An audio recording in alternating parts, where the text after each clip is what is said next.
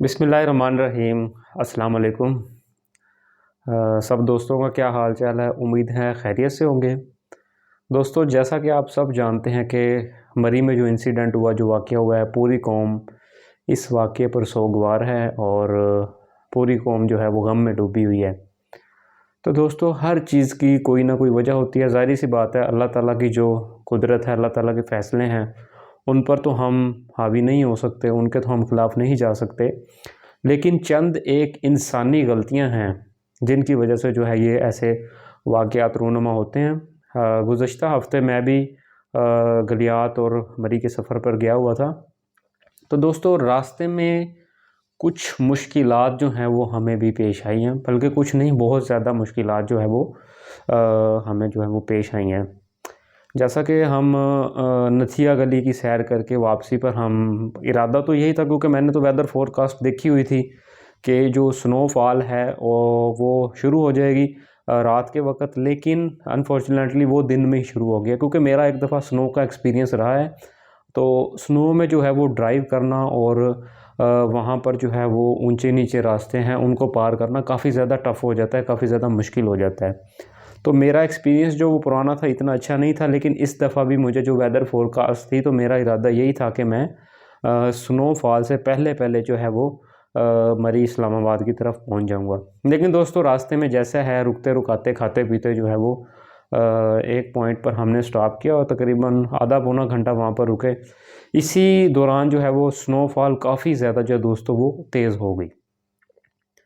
तो तकरीबन एक मुकाम बंदर पॉइंट वहाँ था, वहाँ पर हम रुके हैं और उससे आगे हमने मूव करना जब शुरू किया तो दोस्तों, गाड़ी जैसा कि मेरे पास 4x4 नहीं थी, टू व्हील, यानी कि उसके अगले जो पहिए हैं वो हरकत करने वाले थे, यानी कि चार पहिए जो हैं वो इंजन के साथ कनेक्टेड नहीं थे। तो इसी वजह से जो है वो मेरी गाड़ी बहुत ज़्यादा वहाँ पर ही स्लिप होना शुरू हो गई, यानी कि गाड़ी बिल्कुल भी आगे नहीं बढ़ रही थी।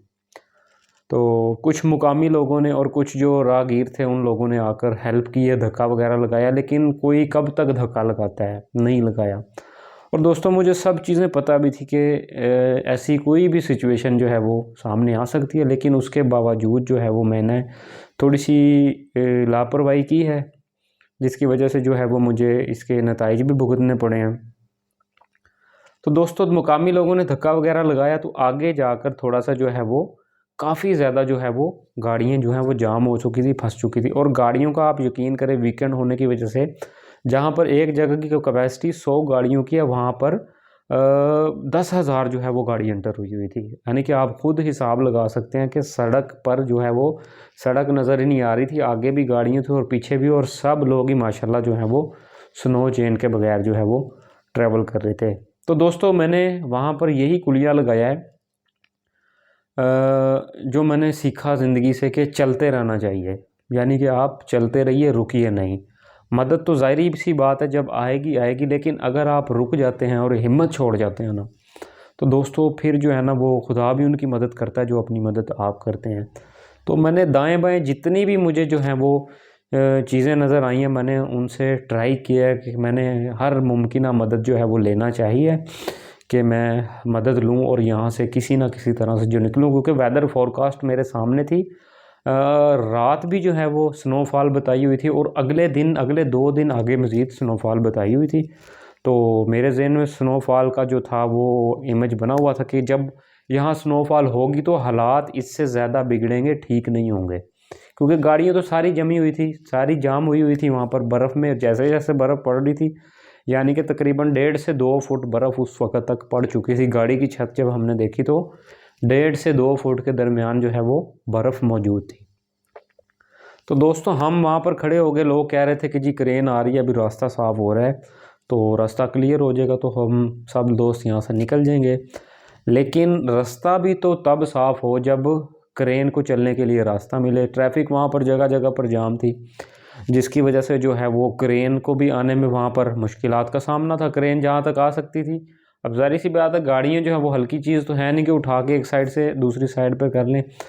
खैर, वहाँ पर फंसे रहे तो कुछ मुकामी लोगों ने आकर कहा कि आप यहाँ से नहीं निकल सकते, आप यहाँ पर कोई जो है रूम वगैरह करीबी रेंट पर ले रहे हो, अपनी गाड़ी पार्क कर दें, यही आपके लिए बेहतर है। तो दोस्तों ट्राई भी किया एक होटल में, तो वो उन्होंने एक रात का 20,000 रुपया जो है वो रेंट मांगा। तो क्योंकि उनको तो पता था कि यहाँ पर अगले दिन भी स्नोफॉल है, कल भी नहीं निकल सकते, परसों भी नहीं, तो 20 से मल्टीप्लाई हो सकता है अगले दिन वो अपनी मनमानी करें। तो दोस्तों खैर इस वक्त तक हालात इतने कशीदा, इतने ज़्यादा बिगड़े नहीं थे, संगीन नहीं थे, लेकिन मेरे ज़हन में था कि जो हालात हैं ये बिगड़ते चले जाएंगे। फैमिली जो दोस्तों थी वो गाड़ी में ही थी। लेकिन आपने एक बात हमेशा याद रखनी है, अगर कभी भी आप इस सिचुएशन में फंस जाएं तो कभी भी आपने गाड़ी का हीटर ऑन करके सोना नहीं है। अगर आप सो गए तो गाड़ी में जो है वो कार्बन डाइऑक्साइड जो है वो काफ़ी ज़्यादा हैवी मिकदार में, दरअसल होता क्या है, ये जो लोगों की डेथ हुई है असल में क्या वजह बनी है, ज़्यादातर जो लोग हैं वो ठंड की वजह से नहीं मरे। जाहिर सी बात है, गाड़ी ऊपर से कवर है और शेल्टर भी उनको मिला, हवा की जो है वो डायरेक्ट कॉन्टैक्ट से भी जो बचे हुए हैं। तो हुआ क्या है, उनकी डेथ कैसे हुई है, ज़्यादा ठंड की वजह से नहीं हुई। हुआ असल में दोस्तों ये है कि उन्होंने गाड़ियों के शीशे फुल, गाड़ी को एयर टाइट किया है, गाड़ी का हीटर ऑन किया है। अब दोस्तों जो आगे गाड़ी है और उससे आगे गाड़ी और साइड पे जो गाड़ी है, सब गाड़ियाँ स्टार्ट हैं। ज़ाहिर बात है सब गाड़ियों में से जो है वो कार्बन मोनोऑक्साइड जो है वो खारिज हो रही है। कार्बन मोनोऑक्साइड जिस वक्त खारिज हो रही है वो आपका हीटर सक करके अंदर गाड़ी में ही सारी वो है जमा कर देता है। और जो आप अपना सांस ले रहे हैं, सांस की वजह से जो कार्बन डाइऑक्साइड रिलीज़ हो रही है वो भी आपकी गाड़ी के कैबिन के अंदर ही मौजूद हो रही है। गाड़ी का ऐसा हीटर चल रहा हो तो मोड नहीं लगाया गया होता कि गाड़ी जो है उसको एग्जॉस्ट करे। दोस्तों जब बंदा सो जाता है और कार्बन मोनोऑक्साइड एक लेवल से ज़्यादा आपके ब्लड में जो है वो जमा हो जाए तो इसकी वजह से जो है वो आपका दिमाग काम करना छोड़ देता है। और जब जाहिर सी बात है दिमाग काम करना छोड़ जाए, आपके ब्लड में ऑक्सीजन पूरा ना हो तो ब्लड के ज़रिए दिमाग तक ऑक्सीजन नहीं जाएगी और दिमाग जो है वो ठीक तरह से काम नहीं करेगा। तो इसी तरह जो है वो दोस्तों आपके दिल की धड़कन बंद होगी और इसके अलावा जितने भी आपके बॉडी ऑर्गन्स हैं इस वजह से, सफोकेशन की वजह से वो काम करना छोड़ देंगे और आपकी नींद की हालत में ही डेथ हो जाएगी। तो कभी भी अगर इस सिचुएशन में आप फंस जाएँ तो सब लोग एक साथ न सोइए। अगर आपने हीटर ऑन करना है, अगर आप अभी भी उस जगह पर मौजूद हैं और फंसे हुए हैं तो कभी भी गाड़ी का हीटर ऑन करके सारे दोस्तों ने, सब लोगों ने सोना नहीं है, बल्कि गाड़ी के शीशे जो हैं वो कुछ थोड़े थोड़े डाउन कर लीजिए ताकि हवा की क्रॉसिंग उतरे। अगर टेम्परेचर आपकी गाड़ी का लोगों की हीट की वजह से ठीक हो जाता है तो हीटर को कुछ देर के लिए बंद कर दीजिए। और बेहतर ये है कि अगर आपके साथ फैमिलीज़ नहीं है, कुछ यार दोस्त हैं, तो कोशिश कीजिए अपनी मदद आपके तहत साथ में कुछ जंगल से लकड़ियाँ वगैरह जो हैं, खुशक लकड़ियाँ अगर आप थोड़ा सा तलाश करेंगे तो आपको मिल जाएंगी। वक्ती तौर वो गीली होंगी ऊपर से, लेकिन जब आप उसकी आग जला लेंगे वो एक वक्त के बाद अच्छी जलना शुरू हो जाएंगी। कोशिश करें कोई साया वहाँ पर आप बना लें, जो भी जगह है वहाँ पर कुछ चीज़ें, चादर कपड़ा वगैरह है, और कोशिश करें कि हवा के जो है किसी ओट में आप बैठें, हवा के डायरेक्ट कांटेक्ट में आप ना आए।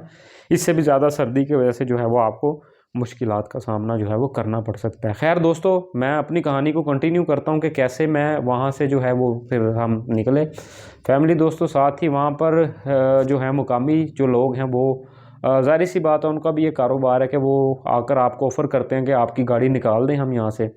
पैसे कुछ ज़्यादा लेते हैं दोस्तों। खैर मुझसे तो वहाँ पर एक मुकामी दोस्त आए पठान, तो उन्होंने मुझे कहा कि आपको हम ठीक रास्ते तक छोड़ आते हैं, तो आप हमें जो देना होगा, मतलब आप, उन्होंने मुझे कहा कि हम आपसे 25,000 रुपया लेंगे और आपको जो है वो उतराई तक छोड़ाएँगे, आगे आपकी गाड़ी खुद ही चली जाएगी। तो खैर दोस्तों 25,000 से करते कराते जो है वो हम उनको 20,000 रुपये लेके आए।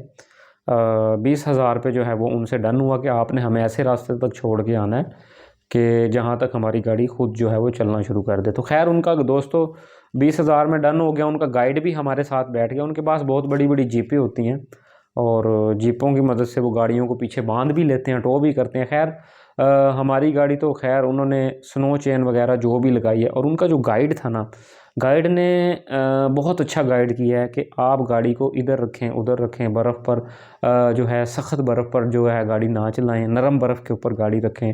इसकी वजह से गाड़ी ने ग्रिप अच्छी की है।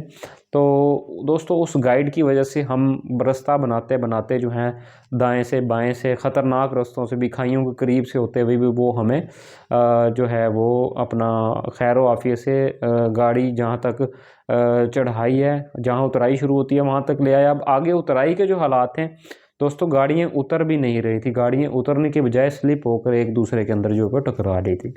तो अब हमने सोचा कि अगर हम इस तरह से बग़ैर स्नो चेन के या बग़ैर हेल्प के जाते हैं तो फिर फैमिली थी, क्योंकि मैं अकेला था और बच्चे थे मेरे साथ छोटे, तो मैंने ये बात ठान ली थी कि मैं यहाँ किसी कीमत पर भी स्टे रात को नहीं करूँगा, मैं इस बर्फ़ में नहीं फंसूँगा। मैंने खुद से ये तहैया कर लिया था कि मुझे अभी निकलना है यहाँ से और आज ही निकलना है, चाहे जो भी करना पड़े।